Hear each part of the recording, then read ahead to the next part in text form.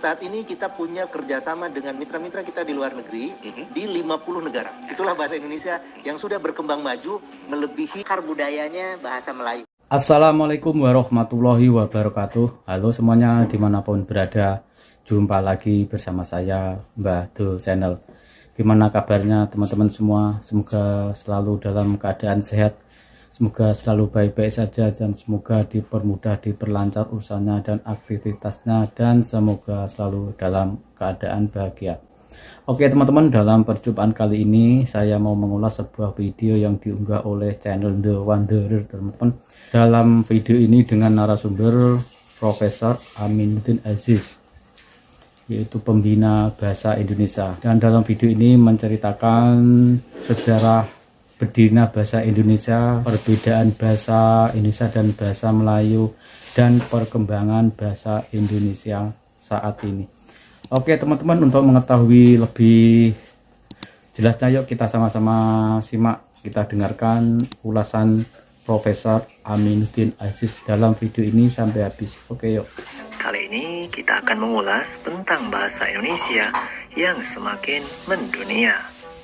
Nah, di sini ada video menarik dari TVRI Bengkulu yang menampilkan diskusi dengan Kepala Badan Pengembangan dan Pembinaan Bahasa Indonesia, Profesor Aminuddin Aziz. Di situ, ia menjelaskan bahasa Indonesia yang semakin terkenal di mancanegara. Kita mempergunakan bahasa Indonesia itu sejak kapan sih, dan apakah bahasa Melayu itu yang digunakan pertama kali untuk bahasa Indonesia atau seperti apa, Profesor? Boleh dijawab. Profesor, ini isu yang selalu menarik ya, diskusi tentang bahasa Melayu dan bahasa Indonesia. Faktanya begini ya, fakta yang menurut saya benar ya.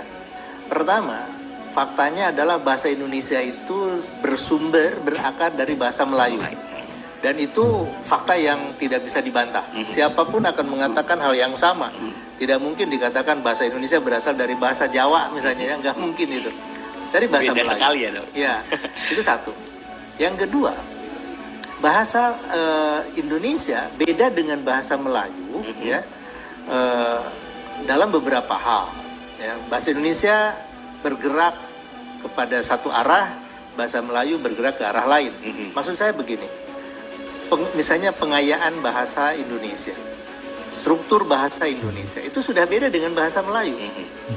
Bahasa Indonesia mengalami pengayaan bukan hanya dari bahasa daerah, dari ratusan bahasa yang kita miliki, ini masing-masing berkontribusi pemerkayaan bahasa Indonesia.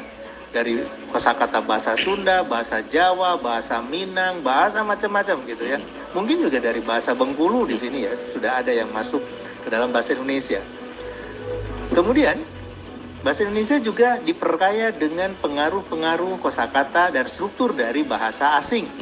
Bahasa Indonesia itu dari bahasa Inggris, bahasa Belanda, Portugis, Arab, Cina, Jepang, dan macam-macam.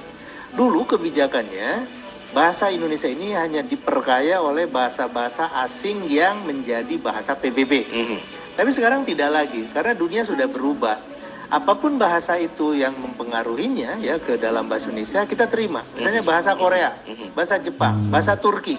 Ketika masuk ya sudah terima saja. Itu dipakai oleh masyarakat secara luas gitu. Bahkan bahasa-bahasa yang lain gitu. Nah, bahasa Melayu itu tidak. Bahasa Melayu itu diperkaya mungkin lebih banyak oleh bahasa Inggris. Bahasa-bahasa lainnya hanya sedikit. Dan bahasa Melayu tidak diperkaya oleh bahasa daerah di mereka sendiri. Nah, kemudian bahasa Indonesia ini dideklarasikan sebagai bahasa persatuan itu mulai tanggal 28 Oktober 28 oleh para pemuda yang mengikuti kongres tahun itu gitu ya, Kongres Pemuda Indonesia. Nah, ini menarik ya, karena tahun 26 itu juga ada kongres, Kongres Pemuda. Ketika diskusi tentang bahasa persatuan, mereka tidak sepakat apakah bahasa Melayu akan bahasa Indonesia. Nah, atas inisiatif dari Muhammad Tabrani, ya, seorang pemuda dari Pamekasan, dari Madura, itu melakukan pernyataan bahwa bahasa yang harus dibuat itu adalah bahasa Indonesia, Bahasa Indonesia. bukan bahasa Melayu. Tapi ini ditentang kan oleh Muhammad Yamin. Nggak bisa, bahasa Indonesia ini belum ada. Kata Tabrani, kalau belum ada, mari kita adakan, mari kita ciptakan. Maka pada saat itulah sebetulnya ya, pada tahun 28, nama bahasa Indonesia itu pertama kali disebutkan dalam Kongres Pemuda. Sejarah berdirinya bahasa Indonesia yaitu tanggal 28 Oktober tahun 1928, dan bahasa Indonesia diperkaya oleh bahasa daerah yang ada di Indonesia dan diperkaya oleh bahasa asing yang ada di dunia, dan bahasa Melayu hanya diperkaya oleh bahasa Inggris. Oke, yuk kita lanjut video berikutnya. Kemudian bahasa Indonesia ini dituturkan oleh begitu banyak penutur dari Sabang sampai Merauke dengan pengertian yang relatif sama gitu ya.